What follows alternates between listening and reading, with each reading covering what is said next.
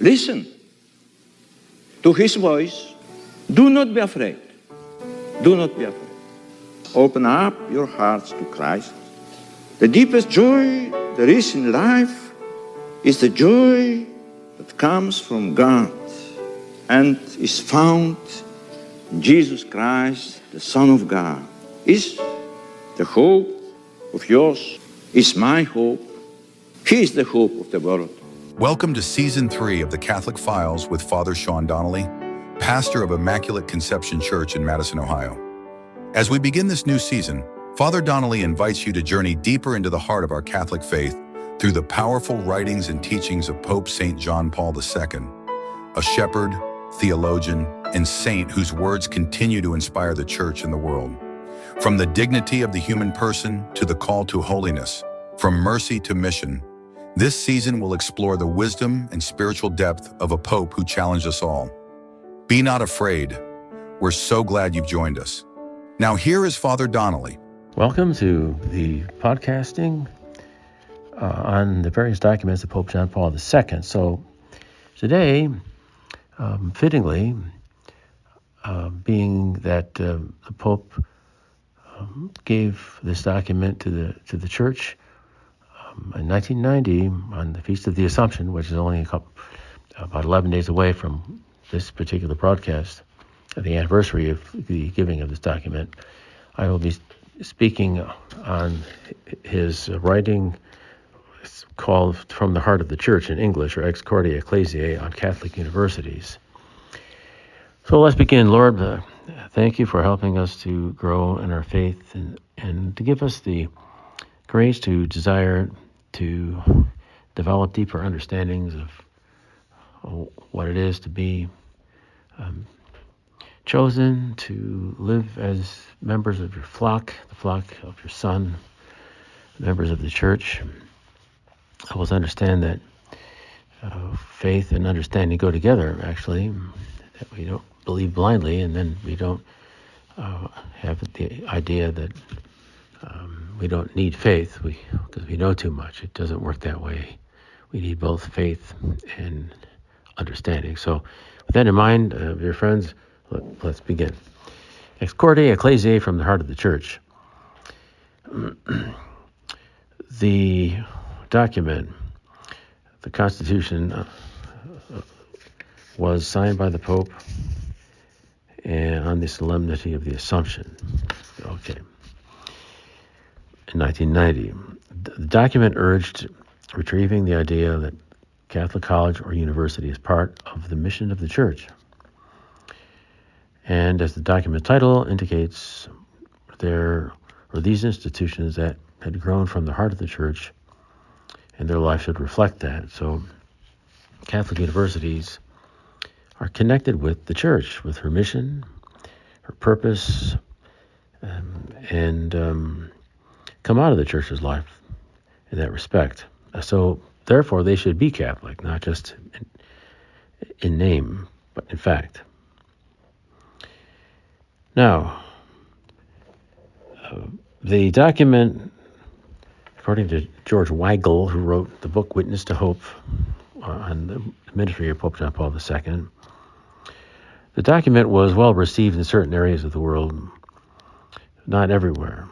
There was a negative reaction from the heart of the Church, especially in the United States. As Weigel writes, the dominant tendency among American Catholic higher education leaders and the theological community was to frame discussion of the document in terms of Vatican interference with their institutional autonomy and academic freedom. And of course, this was a way of trying to deflect what the Pope was saying, indicating that in a matter of speaking, that Catholicism is basically something that we like to advertise, but don't expect us to live it out. In other words, some of the university officials in our country have had the mentality, which is why one reason the Pope issued the document, to correct people, and many people needed to be corrected. In 1967, there was a an unfortunate session called Land O'Lakes in the city of that name, Wisconsin, which had to do with Catholic college and university presidents meeting, and they were going to basically, for all intents and purposes, take away the Catholic substance of the American colleges and universities as independent entities, and not really connected with any sort of Roman Catholicism. And the resulting effort, as Weigel writes, to sever the legal control that had been exercised by bishops or religious orders over Catholic colleges and universities, effectively, if unintentionally, cut these institutions loose from their intellectual moorings in the midst of a major cultural crisis. 20 years after the Land O'Lakes meeting, there were important changes in the thinking of some American Catholic higher educators, and an increasing awareness that something had gone seriously awry in Catholic higher education in the United States since Vatican II. From the heart of the Church, or Ex Corde Ecclesiae, was intended to help advance this reflection even further, but confusions about academic excellence and academic freedom in the distinctively Catholic context impeded the document's reception. The debate over the Catholic identity of Catholic colleges and universities would continue throughout Pope John Paul's pontificate. But all the more reason that he issued the document, because he was trying to clear up confusion in what he wrote. So, the identity and mission of a Catholic university, John Paul II. Christian inspiration, certainly, and therefore an institutional Christian presence in the university. It was important to maintain a continuing reflection in the light of the Catholic faith upon the growing treasury of human knowledge to which it seeks to contribute by its own research, the research of the university, fidelity to the Christian message as it comes through the Church, an institutional commitment to the transcendent goal which gives meaning to life. So this is, the purpose and the identity and mission of the Catholic University. Pope writes, in a word, being both a university and Catholic, it must be both a community of scholars representing various branches of human knowledge and an academic institution in which Catholicism is vitally present and operative. Further, he writes, in a Catholic university, research necessarily includes the search for an integration of knowledge, a dialogue between faith and reason, ethical concern, and theological perspective. The Catholic University, integration of knowledge. So we have different branches of knowledge that are taught and researched in a university. We have philosophy and theology, and university scholars need to be engaged in a constant effort to determine the relative place and meaning of each of the various disciplines within the context of a vision of the human person and the world that is enlightened by the gospel, therefore by faith in Christ as the center of creation and in human history. In promoting this integration of knowledge, a specific part of the Catholic University's task is to promote dialogue between faith and reason, so that it can be seen more profoundly how faith and reason bear harmonious witness to all truth. Important. Because knowledge is meant to serve the human person, research in a Catholic university is always carried out with a concern for the ethical and moral implications both of its methods and of its discoveries. And theology plays a particularly important role in the search for a synthesis of knowledge as well as in the dialogue between faith and reason. The Pope continues, because of its specific importance among academic disciplines, every Catholic university should have a faculty or at least a chair of theology. Through research and teaching, the students are educated in the various disciplines so as to become truly competent in the specific sectors in which they will devote themselves to the service of society and of the Church, but at the same time prepared to give the witness of their faith to the world. So, university community, authentic human community, animated by the Spirit of Christ. Christians among the teachers are called to be witnesses and educators of authentic Christian life. Students are challenged to pursue an education that combines excellence in humanistic and cultural development with specialized professional training. And then we have, of course, Catholic universities that are founded by religious congregations and continue to depend on the support of these congregations. And lay people, of course, founding or staffing many other Catholic universities. Pope writes, the future of Catholic universities depends to a great extent on the competent and dedicated service of lay Catholics. The Catholic university in the Church. Every Catholic university, without ceasing to be a university, has a relationship to the Church that is essential to its institutional identity. He writes, one consequence of its essential relationship to the Church is that the institutional fidelity of the university to the Christian message includes a recognition of an adherence to the teaching authority of the Church in matters of faith and morals. Catholic members of the university community are called to a personal fidelity to the Church with all that this implies. Bishops have a particular responsibility to promote Catholic universities and especially to promote and assist in the preservation and strengthening of the Catholic identity, including the protection of the Catholic identity in relation to civil authorities. Again, to be a Catholic university, it's very important that the university is indeed Catholic in fact as well as in name. Bishops should encourage the creative work of theologians, as the Pope writes, since theology seeks an understanding of revealed truth whose authentic interpretation is entrusted to the bishops of the Church. It is intrinsic to the principles and methods of the research and teaching in their academic discipline that theologians respect the authority of the bishops.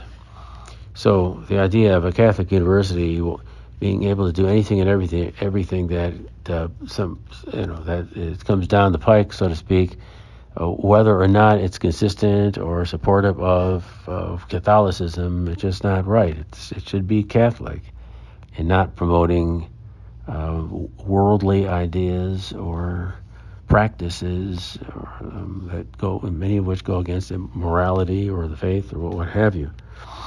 The mission of service of a Catholic university. The basic mission of a university, the Pope writes, is a continuous quest for truth through its research and the preservation and communication of knowledge for the good of society.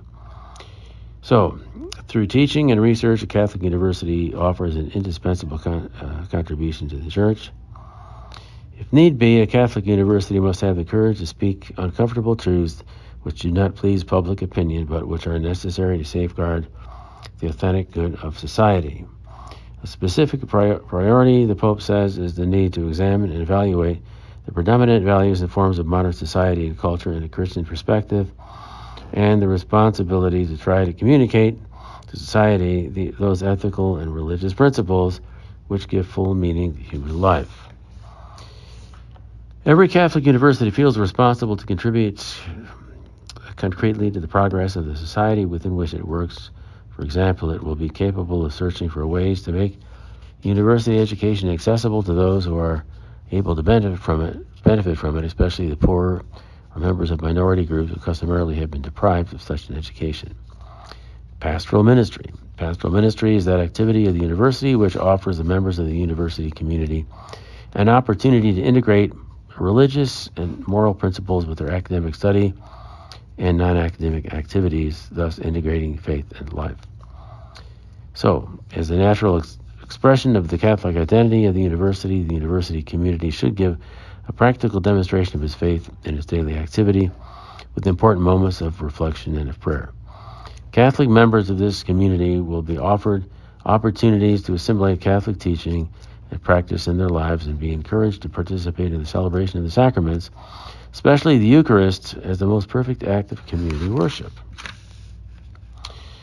Evangelization. The primary mission of the Church is to preach the gospel in such a way that the relationship between faith and life is established in each individual and in the socio-cultural context in which individuals live and act and communicate with one another.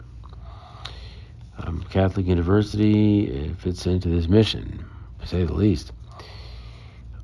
Pope writes, by its very nature, each Catholic university makes an important contribution to the Church's work of evangelization. It is a living institutional witness to Christ and his message, or it's supposed to be anyway, so vitally important in cultures marked by secularism or where Christ and his message are still virtually unknown.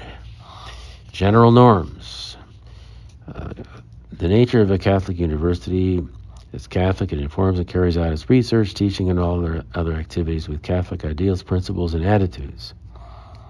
Every Catholic university is to make known its Catholic identity, either in a mission statement or in some other appropriate public document, authorized, unless authorized otherwise by the competent ecclesiastical authority. Catholic teaching and discipline are to influence all university activities, while the freedom of conscience of each person is to be fully respected. Any official action or commitment of the university is to be in accord with Catholic identity. University community, the responsibility for maintaining and strengthening the Catholic identity of the university rests primarily with the university itself. The identity of a Catholic university is essentially linked to the quality of its teachers and to respect for Catholic doctrine. It is the responsibility of the competent authority to watch over these two fundamental needs in accordance with what is indicated in the canon law. All teachers and all administrators at the time of their appointment are to be informed about the Catholic identity of the institution and its implications, and about their responsibility to promote or at least to respect that identity in ways appropriate to the different academic disciplines. All Catholic teachers are to be faithful to, and all other teachers are to respect Catholic doctrine and morals and research and teaching. In order not to endanger the Catholic identity of the university or institute of higher studies, the number of non-Catholic teachers should not be allowed to constitute a majority within the institution, which is and must remain Catholic. The education of students is to combine academic and professional development with formation in moral and religious principles and the social teachings of the Church. Every Catholic university, the Pope writes, is to maintain communion with the Universal Church and the Holy See. It is to be in close communion with the local church, and in particular with the diocesan bishops of the region or nation in which it is located, in ways consistent with its nature as a university. A Catholic university will contribute to the Church's work of evangelization. Each bishop has a responsibility to promote the welfare of Catholic universities in his diocese, and has the right and duty to watch over the preservation and strengthening of their Catholic character. If problems should arise concerning this Catholic character, the local bishop is to take the initiatives necessary to resolve the matter, working with the competent university authorities in accordance with established procedures, and if necessary, with the help of the Holy See. The Constitution, the present Constitution, is in effect and has been in effect since 1991. And needless to say, there's much work to be done in this area of Catholicizing many of our universities. It amazes me to think that some of these universities are thoroughly secularized. They use the name Catholic, but they don't abide by what the Pope said. And oftentimes the local bishops don't do anything. The Bishops' Conference oftentimes is silent. You'll have people awarded, people who promote abortion with special awards, this type of thing. Or you'll have, in one particular case, the president of the theology department wasn't even a Catholic, and he had some very, very bad ideas concerning who Jesus was. And I don't even want to say what he thought, but why would you hire anybody like that? And the contraceptive rebellion was largely connected with a terrible professor at the so-called Catholic University in Washington, and because of a particular priest who used to be there. Terrible. And for the longest time he was allowed to go free in his false teaching, so Pope John Paul II was able to get him out. And there are many, many other examples, too many to really speak about.